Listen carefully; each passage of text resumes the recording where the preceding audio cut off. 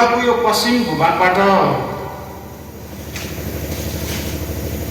एउटा जनयुद्ध भएर अथवा के माओवादी त्यतिखेरको क्रान्ति भनौँ न, क्रान्ति भन्नुहुन्छ, अब हाम्रो धर्मको हिसाबले अर्कै भन्छौँ होइन, त्यो आइरहेको थियो र यहाँ अलिकति अप्ठ्यारो स्थितिहरू सिर्जना भइरहेको थियो माङ्सेबुङको यो क्षेत्रलाई। त्यतिखेर हामी यसलाई मात्रै माङ्सेबुङ भन्थ्यौँ, यो गुरु आश्रम यो आसपास भन्जादेखि उँधो मात्रै हाम्रो माङ्सेबुङ थियो र यो क्षेत्रमा अलिकति अप्ठ्यारो स्थिति सिर्जना भएपछि गुरुजीले निर्देशन गर्नुभयो, माङ्गे अध्यक्ष यहीँ हुनुहुन्छ, हाम्रो चाहिँ के अरे युवाहरूको सङ्गठन तयार गरौँ, माननीय अध्यक्षज्यू भन्नुभयो र अध्यक्षज्यूले तत्कालीन मिटिङ डाकेर मुक्ति सर भेलाको संयोजक, म सहसंयोजक भएर त्यतिखेर युवाहरूको भेला आयोजना गरेको थियो र साउन 19 गते भनेको महाबर्खा थियो। धेरै साथीहरूले ज्यानलाई अप्ठ्यारो अवस्थामा राखेर यदि ती चाहिँ रत खोला तर्दै नदीको अवस्था तर्दै यो ठाउँमा आएर सम्मेलन सफल गरियो र त्यतिखेर हामीले जम्मा 29 जनाको हाम्रो कार्य समिति थियो, त्यो घोषणा भयो र हामीले काम गर्यौँ र यसको इतिहास अब त लामो भयो। हामी 6औं सम्मेलन भन्दैछौँ, अब लगभग 24-25 वर्षको होइन इतिहास यसले बोकिसक्यो र हामी अहिले म तेस्रो पुस्ताको नेतृत्व गर्दैछु। अहिले म 17 वर्षमा यो माङ्सेबुङ यो डाँडामा आएर म पनि फर्केको छुइनँ। यी माङ्सेबुङमा म बुढो भएँ, म लगभग 50 वर्ष पुग्न आँटेँ अहिले। म किन तेस्रो पुस्ताको नेतृत्व गर्दैछु? मेरो जेठो छोराको पनि छोरी भइसक्यो भनेपछि म बाजे भइसकेँ। म हिजो नालीमा थिएँ, म अब बाजे पुस्तामा पुगिसकेको छु र हाम्रो प्यारा भाइ बहिनीहरू हामीले सङ्गठन बनाएर जन्मेको छोराहरूको पनि छोराछोरी तपाईँले नालीकुमा भएर आइसक्नु भएको छ र यो एउटा दर्मिलो इतिहास बोकेको हाम्रो नालीकुमा सङ्गठन हो। नाम सुन्दा मात्रै पनि मलाई गर्व लाग्छ, मलाई सम्झना लाग्छ होइन। त्यतिखेर दुःखको कुरा त के गर्नु र होइन। हाम्रो चाहिँ गीता लिङ्गदेन र कल्पना लिङ्गदेनलाई जितपुरमा चाहिँ के अरे माओवादीले बम या झुन्डाइदिएर तिमीहरूले माङ्सेबुङको ठुला मान्छेको नाम भन्छौ कि रिमोट दबाइदिउँ भनेर तर्साको कुरादेखि लिएर यो झारबारीमा हालेको बम नपड्केकोदेखि लिएर हाम्रो मान्छेले यहाँ पतिर के अरे स्वयंसेवकहरू हाम्रो यहाँको रक्षकहरू जाँदाखेरि डाँडामा चाहिँ के भन्छ त्यो रकेट लन्चरले हानेकोदेखि लिएर यी धेरै इतिहास बोकेको हाम्रो युवाहरूको नालीकुमाको इतिहास छ। त्यसमा अघि विक्रमजीले नाम लिनुभयो, हाम्रो छत्र सौजनजीको चाहिँ दुःखदपूर्ण होइन हत्या भयो, त्यसले हामीले एकदमै ठुलो पीडा दिएको थियो होइन। तर पनि हामीले कहिले पनि हतोत्साही बनेनौँ। यहाँनिर अहिले हामी यहाँनिर विक्रमजी हुनुहुन्छ, मनकरजी हुनुहुन्छ होइन, त्यसपछि जगतजी यहाँ हुनुहुन्छ। हाम्रो समकालीन हामी यहाँ 4 जना छौँ। जिल्लामा हाम्रो जगतजीहरू काम गर्नुहुन्थ्यो, केन्द्रमा म विक्रमजी र मनकरजी हामी यहाँ थियौँ। त्यसरी काम गर्दै हामीले आयौँ र त्यतिखेर अब त्यो अवस्थामा हामीले आफ्नै तरिकाले काम गऱ्यौँ होइन। हामीसँग सञ्चार त छँदै थिएन, गाडी बाटो यहाँ कहीँ पनि थिएन होइन। त्यो स्थितिमा हामीले अब त्यतिकै समय सापेक्षित कामहरू भयो र म हाम्रो भाइ बहिनीहरूले म के भन्नु मात्रै यहाँनिर आज जसरी भए पनि 2 शब्द बोले जान्छु भने मैले बसेको हो भने किराँत धर्मको इतिहास निकै लामो नै भइसक्यो भन्छु म। किनभने राजा त्रिभुवनको पालादेखि लिएर महेन्द्र हुँदै राजा वीरेन्द्र हुँदै ज्ञानेन्द्रको सत्ता पनि सकिएर अहिले हामी एकदम उन्नत लोकतन्त्रको अवस्थामा छौँ। यो स्थितिमा हामीले हाम्रो अबको भाइ बहिनीहरूले हाम्रो आफ्नो कुरा चाहिँ पढ्नु पर्यो भनेर म आएको आज चाहिँ महागुरु फाल्गुन दलाई काबेली खोलाबाट, काबेलीको त्यो किनारबाट पक्रेर लगेर धनकुटा गाउँडा हुँदै काठमाडौँसम्म किन पुर्याइयो? उहाँले किराँत धर्मको प्रचार प्रसार गर्दा किराँत मुन्दुम संस्कार संस्कृतिको इतिहासको उत्खनन गरेर हाम्रो समाजलाई सुनाउँदै गर्दा उहाँलाई पूर्वको लिम्बनको आरोप लगाएर पक्रेर लगेको इतिहासहरू छ। त्यसै गरेर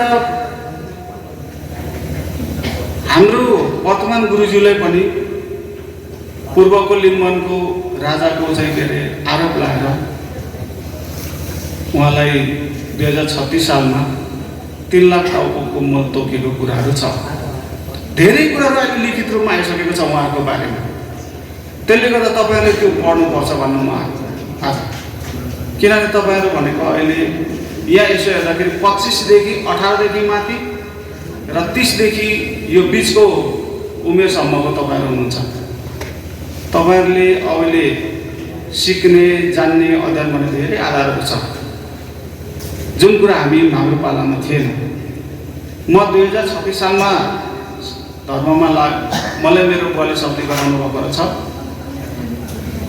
36 सालदेखि मेरो बुवाको कुरा गरौँ 2035 सालदेखि 2045 सालसम्म मेरो बुवा एक्लैले त्यो 50 घरको बिचमा एकजना मेरो बुवाले धर्मको निशा गाडेर बस्नुभयो। गाउँभरिका मान्छेले खेताला सघाएनन्, पूजा गर्न सघाएन, सबै कुरामा बहिष्कार गर्यो। तर पनि मेरो बुवाले थामेर बस्यो। जब 46 सालको आन्दोलनपछि प्रजातन्त्र पुनर्बहाली भएपछि हाम्रो धर्मले अलिकति गति लिएको र हामी धर्ममा लाग्दाखेरि यसो गाउँमा सम्झाउने फेसबुक थिएन, सेवासावा थिएन, गाउँमा आएर यसो हौसला दिने मान्छे थिएन, बाटो देखाउने मान्छे कोही पनि थिएन। त्यतिखेरको अवस्थादेखि हामी आएका मान्छे त्यसको नेतृत्व गर्दा रहेको मैले यो मान्छेमा 2051 सालमा आउँदाखेरि माङ्गे अध्यक्षज्यूको यो अहिले सेतो तपाईँले देख्नुभएको दाबी कुनै पनि एउटा पनि सेतो थिएन, सबै कालो थियो। 51 सालमा उहाँलाई मैले भेट्दाखेरि सबै कालो थियो, उहाँको दाबी भर्खरको हुनुहुन्थ्यो, कपाल कुनै फुलेको थिएन। अहिले मभन्दा पनि भर्खरको हुनुहुन्थ्यो। अहिले मेरो कपाल त यो डेन्टिङ पेन्टिङ भएर मात्रै कालो भएको, नत्र मेरो सेतै छ, उहाँको पुरा कालो थियो। त्यो अवस्थामा भेटेको व्यक्तित्व अहिले हाम्रै अगाडि हुनुहुन्छ। उहाँहरूले त्यो समयदेखि नेतृत्व गरेर आउनुभएको के हो? किराँत धर्म भनेको यस्तो चिज हो। त्यतिकै यहाँसम्म पुगेको धर्म होइन नि। यहाँ लाखौँ मान्छेले योगदान दिएको छैन। तपाईँको चर्चित मान्छेको नाम लिनु पर्दाखेरि रामकर्ण इनाम मैले भेटेको मान्छे, रामप्रसाद थेबे मैले भेटेको मान्छे, नरदल फेजन मैले भेटेको मान्छे होइन, टेकबहादुर लौतीहरू त हिजो अस्तिसम्म हामीले काम गरेको मान्छे नै हामीसँग छैन अहिले। यस्ता व्यक्तित्वहरूले सयौँ दिन होइन हजारौँ दिन उहाँले योगदान गरेर किराँत धर्म यहाँसम्म आएको। किराँत धर्म यहाँसम्म आउनुमा, यति संरचना ठडिनुमा, यो डाँडाहरू मैदान हुनुमा हाम्रो उपल्लो उमेरसम्मको हाम्रो बाउ पुस्ता तिनीहरूको बाजे पुस्ताको ठुलो योगदान छ। यो त्यतिखेर मैले एक्सकाभेटर देखेकै थिइनँ, देखेको त केही नाम पनि थाहा थिएन। त्यतिकै यो डाँडा सम्मिएको जुन बेला हामीले जेसिबी नामै सुन्नु, फोटोमा पनि देखेका थिएनौँ। त्यो यस्तो देख्नु थिएन, फोटो पनि देखेको थिएन। त्यतिखेर डोजर भन्ने मैले चिज चाहिँ 2047-48 सालतिर मैले दानाबारीमा देखेको थिएँ। त्यतिखेरको डोजर अहिलेको एक्सकाभेटरहरू सब मिल्दैन, त्यो फाल्टै थियो। त्यो समयमा हाम्रो माथिल्लो पुस्ताहरूले नेतृत्व गरेर यो डाँडा सम्याएको होइन, हाम्रो बाबुहरूले बाजेहरूले गर्नुभएको कामहरू यिनीहरू। र यसको सम्पूर्ण कामको जिम्मा, नेतृत्व जिम्मा चाहिँ हाम्रो वर्तमान गुरुज्यूले गर्नुभएको छ।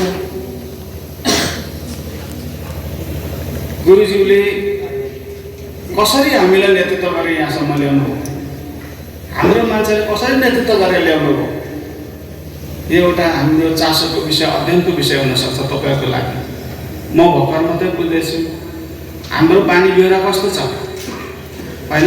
गुरुजीले हामीले यसो भेट्दा भन्नुहुन्थ्यो हाम्रो त जनजाति बेहोरा भएन नि त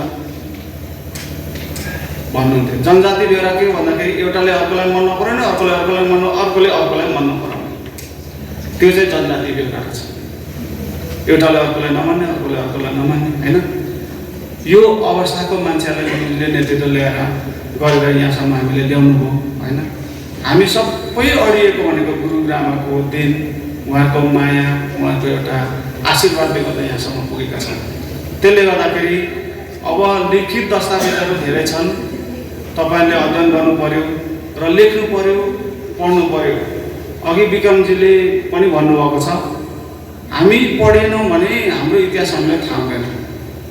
फेसबुक कसले के लेख्यो त्यो ठुलो कुरा भएन। अब आफ्नो कुरा चाहिँ लेख्नु पर्यो क्या। पहिलो कुरा चाहिँ किराँत धर्म कसरी सुरुवात भयो, हाम्रो मुन्दुम के हो, यच्छान्तिम भनेको के हो, फेजुकुम फेदाङमाले के गर्छ, सावला साम्बाले के गर्छ, येबुङ येपाले के गर्छ, यी कुराहरू हामीले जान्नु पर्यो क्या। अनि बहसमा हामी जान सक्छौँ। अब हामी ती कुरा जानेनौँ, हाम्रो मुन्दुमहरू सिकेनौँ भने त हामी फेरि अर्को कुरा पढ्छौँ, अर्कैको पछाडि मात्रै लाग्छौँ। त्यही कुराहरू तपाईँलाई अनुरोध गर्न म एकछिन तपाईँको समय मागेको छु। र यो कुरा भन्दै अब बाँकी दिनमा अब तपाईँहरूको हो, हाम्रो अध्यक्षज्यू लगभग 74-75 वर्ष पुग्नुभयो। मैले लगभग उहाँलाई 50 वर्ष 49-50 वर्षको उमेरमा भेटेको हो। अब उहाँ पाएको हुनुभयो। अब उहाँलाई हामीले सक्ने सहयोग गऱ्यौँ र अहिले पनि गरिराखेका छौँ आफ्नो तरिकाले। तर अब हाम्रो पछाडि तपाईँको पालो हो। त धर्म भन्ने कुरा चाहिँ कस्तो भने हामीले राजनीतिक संस्था जस्तो होइन, अरू सङ्गठन जस्तो सामाजिक संस्था जस्तो सोच्नु भएन। धर्मको माथिल्लो नेतृत्व हाम्रो गुरुज्यू, त्यसपछि संस्था मागेना छ, त्यसपछि हामी छौँ भनेर बुझ्नु पर्यो पहिलो कुरा चाहिँ। किनभने धर्म भन्ने चिज संवेदनशील कुरा हो क्या। संस्थाहरू विधान र अहिले चल्छ, धर्म चाहिँ आचार संहिता र विधिले चल्ने हो। त्यसमा चाहिँ के छ भन्दाखेरि 3 खेप नाम सेवा गर्ने हाम्रो धर्मको मुख्य के भन्छ मन्त्र भयो। त्यो मन्त्र जप्दाखेरि घोडा टेक्नुपर्छ हाम्रो विधि भयो। त्यो धर्मको एउटा आचरण हो क्या, त्यो आचरण। त्यसले गर्दाखेरि तपाईँ हामी संयमित भएर धैर्य भएर लाग्नुपर्छ। हाम्रो प्यारा प्यारा भाइ बहिनीहरू, छोराछोरीहरू, तपाईँहरू अरू धेरै अगाडि बढ्नुहोस्।